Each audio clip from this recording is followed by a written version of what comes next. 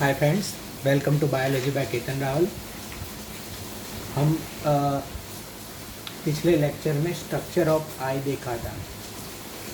क्या देखा था हमने? स्ट्रक्चर ऑफ आई, कैसा स्ट्रक्चर होता है आई, किस चीज़ों से बनी होती है, कितने पार्ट्स होते हैं वगैरह चीज़ें जो है हमने आइज़ के लिए देख लिया था। आज हमको जो है वर्किंग ऑफ आइज़ देखना है, किस तरह से काम करता है। एंड दूसरा देखना है मैकेनिज्म ऑफ विजन, कौन से मैकेनिज्म से जो है वो विजन जो है वो बनता है, मैकेनिज्म ऑफ विजन। तो आप लोग कुछ देख चुके हो, कुछ यहाँ आपको क्लियर पता चलेगा कि किस तरह से वर्किंग ऑफ आई करता है, आई कैसे काम करता है। तो सबसे पहले हमने देखा था, इसको थोड़ा हम रिवाइज कर लेंगे कि पहले किस तरह से चीज़ें हमने देखी थी, एंड देन आफ्टर जो है वो वर्किंग ऑफ आइज पे हम लोग काम करेंगे। सबसे जैसे कि आप लोगों ने सबसे ऊपर का स्ट्रक्चर हमने ड्रॉ किया था, क्या है? स्क्लेरा। यहाँ ये बीच में जो है वो क्या है? कॉर्निया। ये जो हमने ड्रॉ किया था स्ट्रक्चर, इसको कहते हैं स्क्लेरा। स्क्लेरे का नीचे स्ट्रक्चर था दूसरा, वो है कॉरॉइड। ये क्या स्ट्रक्चर था? कॉरॉइड था। हाईली वास्कुलर स्ट्रक्चर था, वो भी हमने देखा था। ये क्या है? कॉरॉइड। और कॉरॉइड जो है वो आगे एंटीरियर पार्ट में ऐसे फूला हुआ है, इसको हम क्या कहेंगे? सिलियरी बॉडी कहेंगे। ये क्या कहेंगे हम? Ciliary body. एंड देन ये सिलियरी बॉडी पे क्या लगा है? ये स्ट्रक्चर है, इसको कहेंगे आइरिस। ये स्ट्रक्चर आइरिस है। इसके ऊपर जो स्ट्रक्चर लगा है वो क्या है? रेटिना है, और रियल स्ट्रक्चर है। एक बात याद रखना, retina is a part of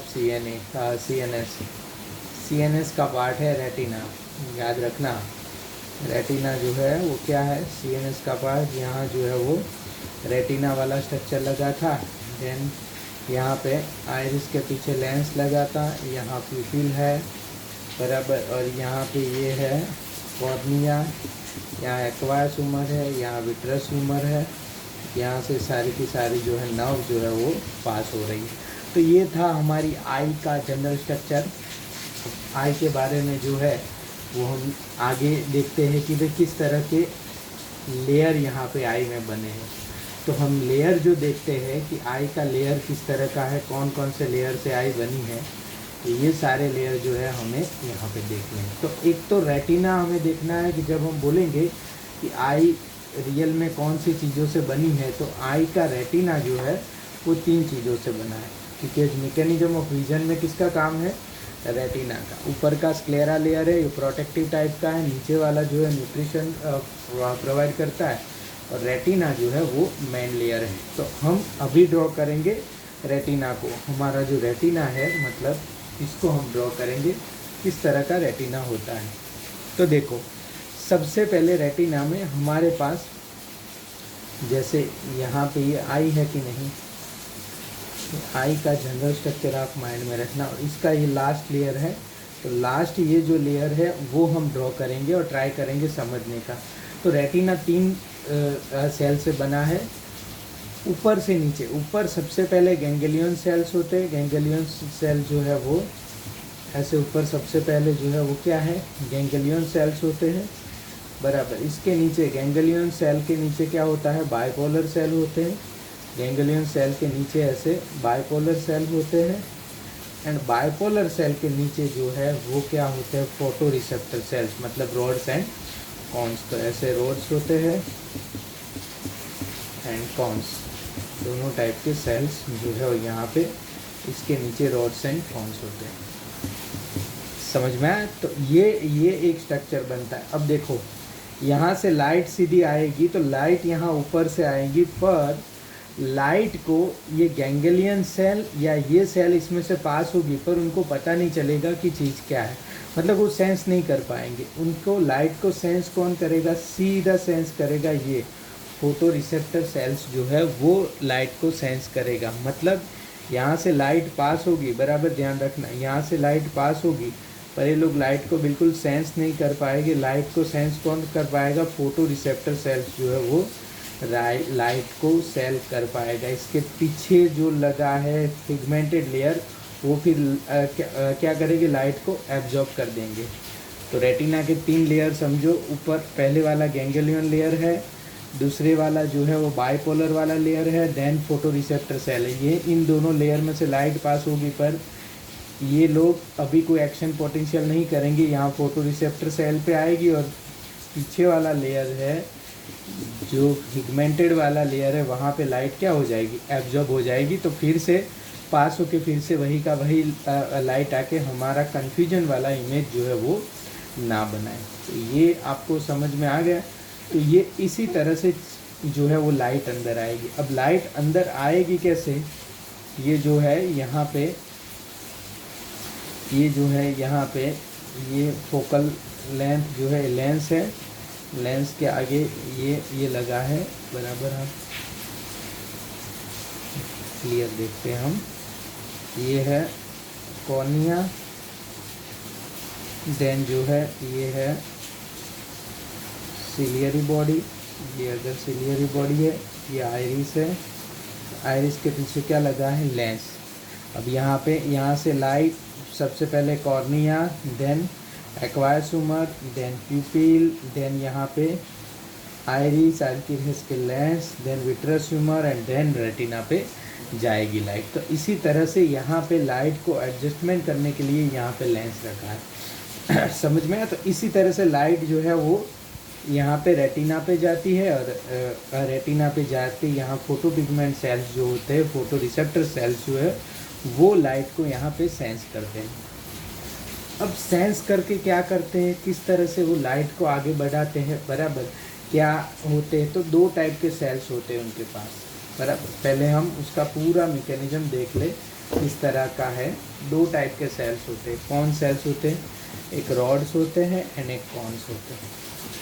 तो मैंने पहले भी बोला था, जो कॉन्स वाला सेल्स होता है या जो कॉन्स होते हैं वो किसके लिए, लाइट एंड कलर के लिए जाने जाते हैं, बराबर। और ये जो है, तो ये कौन सा विजन हुआ,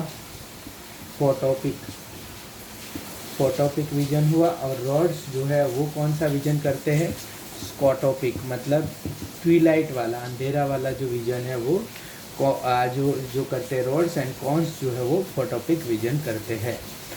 अब जब आइस में, सबसे पहले आप देखो कि आइस में जब ये आते हैं तो ये रॉड्स एंड कॉन्स जो है वो कुछ प्रोटीन से बने होते हैं। रॉड जो है वो रोडोप्सिन से बना होता है, रोडोप्सिन से,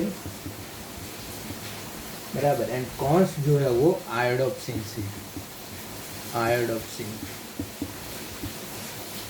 तो सबसे पहले जब लाइट पड़ती है उन पे, रॉड्स या कॉन्स पे, तो ये प्रोटीन जो है वो प्रोटीन जो है उसके 2 पार्ट हो जाते हैं, बराबर। कौन से, रोडोप्सिन के पार्ट कौन से होते हैं, ऑप्सिन प्लस रेटिनल। क्या हो जाता है, obscene plus retinal. Obscene plus retinal होता है तो ये क्या कर देते हैं, ऑप्सिन अपना स्ट्रक्चर जो है वो चेंज कर देते हैं। जैसे स्ट्रक्चर चेंज करते हैं ये मेम्ब्रेन पोटेंशियल बदल जाता है।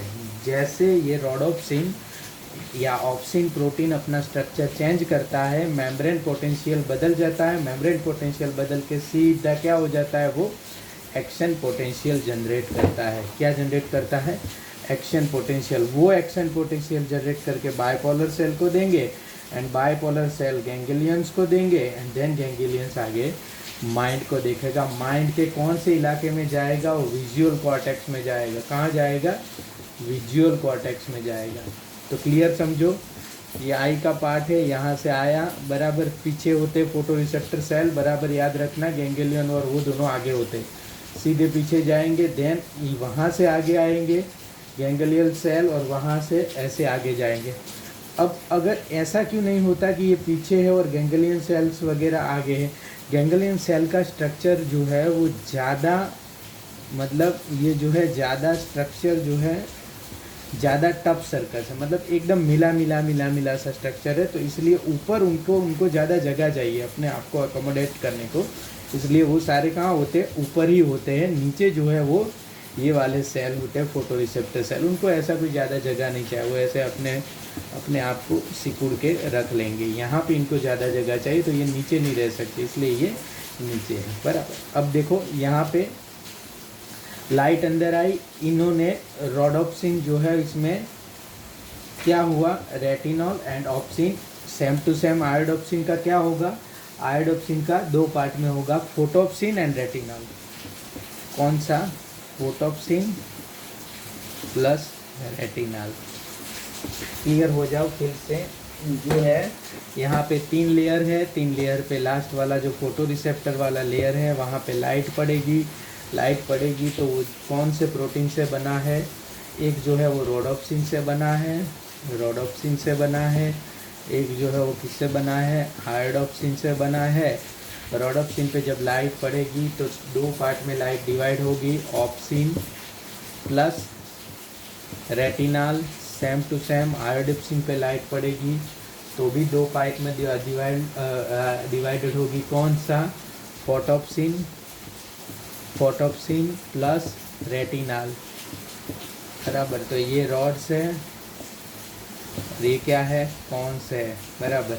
अब ये होगा तो ये ऑप्सिन फोटोप्सिन जो है वो अपना स्ट्रक्चर चेंज करेंगे, स्ट्रक्चर चेंज करेंगे तो उनका मेम्ब्रेन पोटेंशियल चेंज होगा एंड एक्शन पोटेंशियल चालू होगा। तो ये जो कौन जो लगे हैं यहाँ पे बाइपोलर सेल से, वहाँ से ये चलना शुरू करेगा, गैंग्लियन सेल के पास जाएगा, विजुअल कॉर्टेक्स के पास जाएगा। विजुअल कॉर्टेक्स इस एक्शन पोटेंशियल को अपना मतलब वो क्या करेगा, एक्शन पोटेंशियल को रीड करेगा एंड देन अपना आंसर भेजेगा उसको कि ये अपने जो पुराने अपने देखे हुए हैं इसके बेसिस पे अपना फिर से वो करेगा। फिर क्या करेगी, रेटिना जो है अपने ऊपर एक इमेज क्रिएट करेगी, बराबर। तो इस तरह से आपको दिखता है। क्लियर हो गया किस तरह से दिखता है। तो ये आपका मैकेनिज्म ऑफ विजन वाला जो है बुक का, वो बराबर देख लो। इसमें क्या है, मैकेनिज्म ऑफ विजन, हाँ।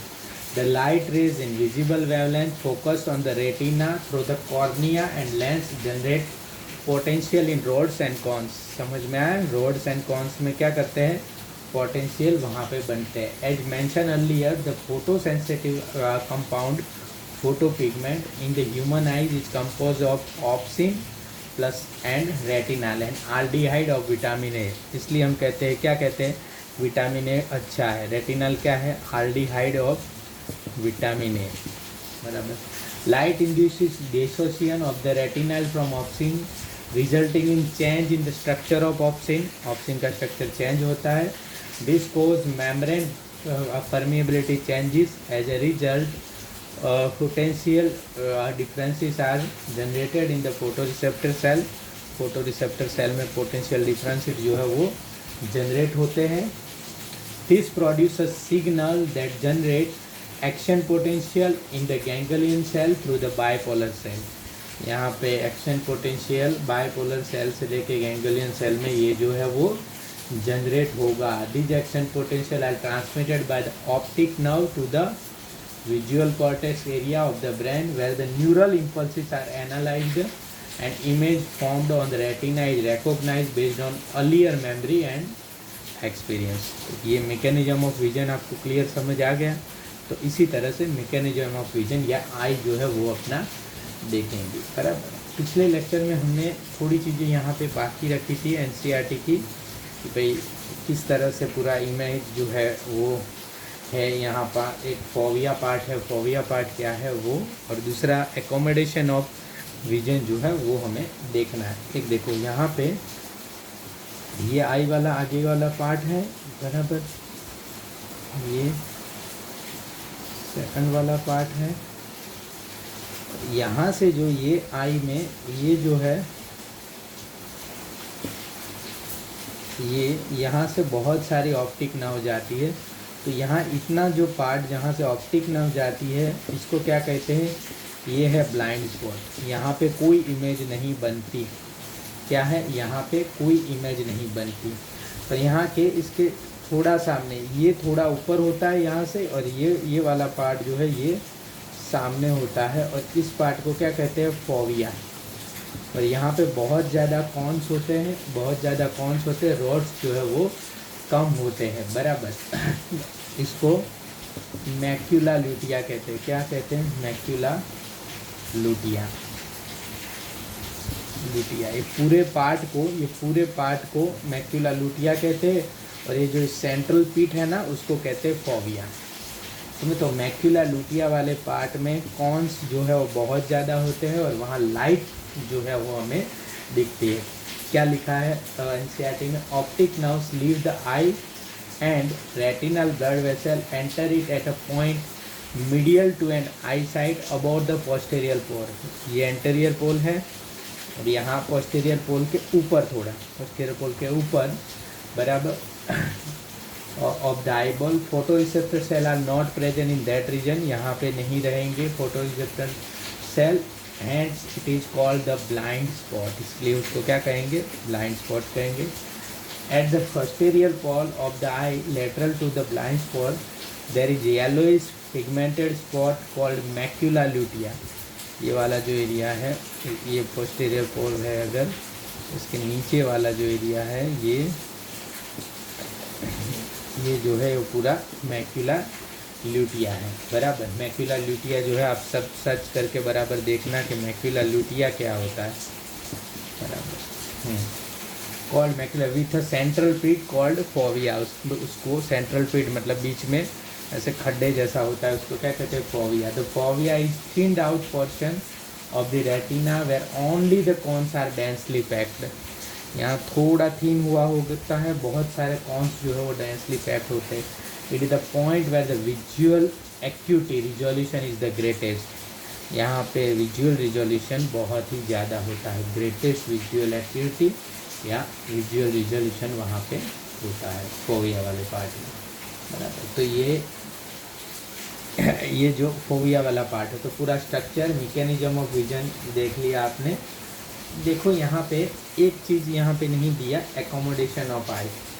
मतलब हमारी आई में हम दूर का देखते हैं, नज़दीक तक का देखते हैं, तो ये कौन सी चीज़ है? मतलब दूर का और नज़दीक का देखने के लिए किस तरह से हमारी आई जो है वो एकोमोडेट करती है। तो वैसे वो दिया नहीं है, तो कोई आपको चिंता नहीं है, पर थोड़ा बहुत जान लो क्योंकि एकोमोडेशन आई जो है वो इम्पोर्टेंट है। जैसे कि ये हमारी आई है,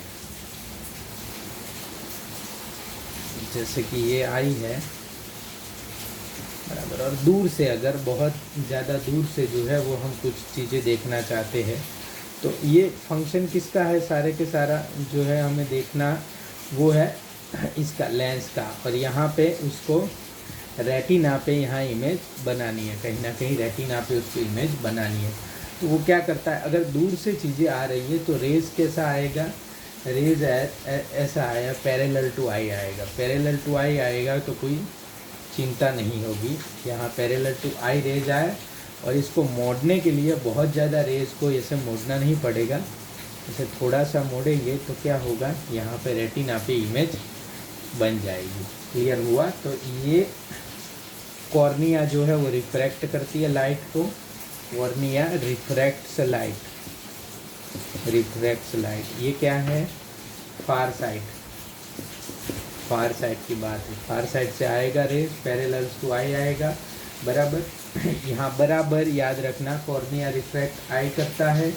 सिलियरी मसल कौन सी पोजीशन में होगी? यहाँ पे relax, ciliary muscle relax position में होगे बराबर, वो कॉन्ट्रैक्ट नहीं करेंगे, रिलैक्स पोजीशन में होगे बराबर। Suspensory ligament, suspensory ligament maximum tension, maximum tension क्यों?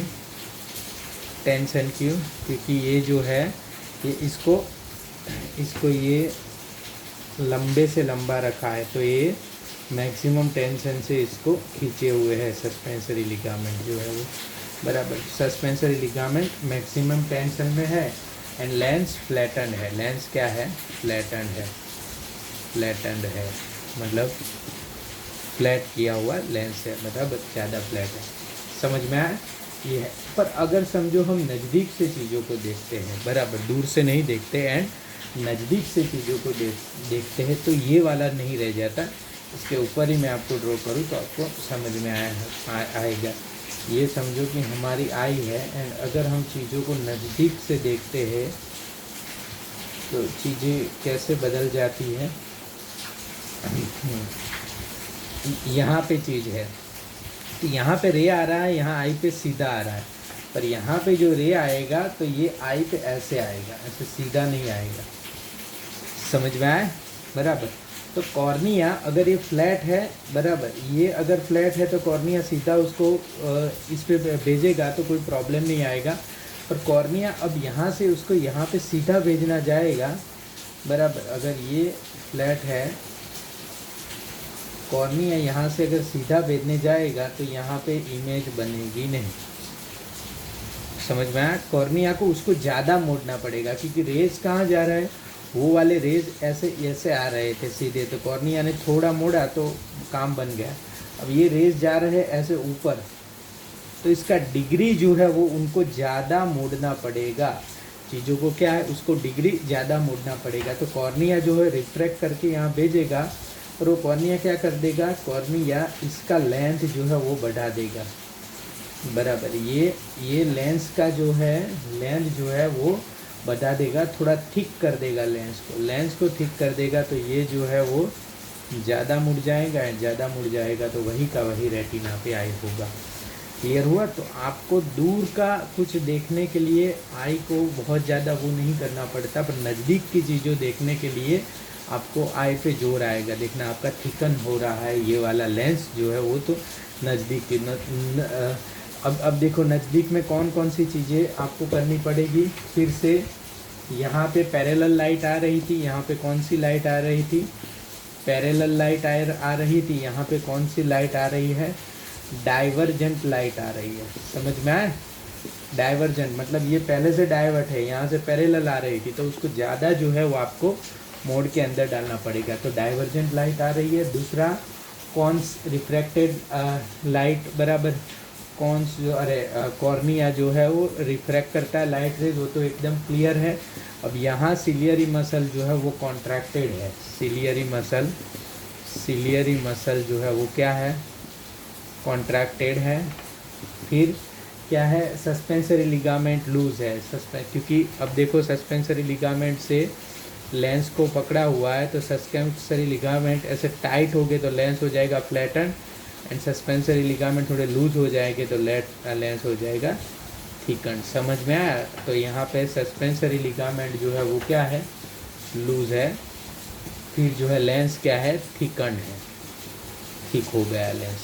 क्लियर हो गया? एकोमोडेशन आपको क्लियर समझ में आ गया होगा कि किस तरह से ये जो है वो चीज़ें होती है, बराबर। अब जिसको नियर साइड की डिफेक्ट है उसको कहते हैं हाइटोमेटेरोपिया, बराबर, फाइट साइटनेस।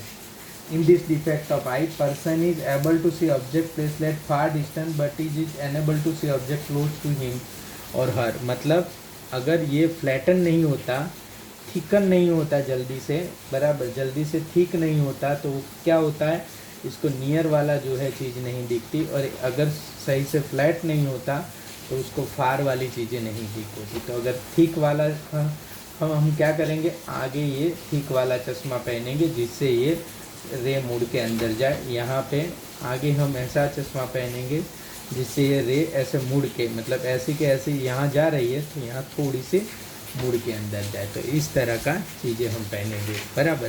क्लियर हो गया? तो ये जो चीज़ें हैं वो एकोमोडेशन ऑफ आई है। वैसे आपके एनसीईआरटी में दिया नहीं, तो इसलिए उसके लिए बहुत ज़्यादा ज़रूरी नहीं है आपको बहुत ज़्यादा रटना वगैरह, पर थोड़ा सा मतलब थोड़ा सा चीज़ें जान लेंगे तो हमें पता चलेगा कि किस किस चीज़ों में ये चीज़ें होती हैं। तो ये आपकी आई थी, बराबर। यहाँ पे हमने क्या देखा था, मैकेनिज्म ऑफ आई देखी थी, स्ट्रक्चर ऑफ आई देखा था, एकोमोडेशन देखा था, वगैरह सारी चीज़ें हम देख गए। इसको आप 2 बार पढ़ना, 2 बार लेक्चर देखना, चीज़ें आप बराबर समझना, एंड देन जो है मुझे अगर कुछ भी ना पता चले तो आप बिल्कुल पूछ सकते हो, बराबर। नेक्स्ट लेक्चर में हम क्या देखेंगे, हियरिंग, बराबर। यहाँ पे आई देखी थी और यहाँ पे ईयर देखेंगे, ईयर का स्ट्रक्चर देखेंगे, and then mechanism of hearing देखेंगे। Thank you friends, thank you very much.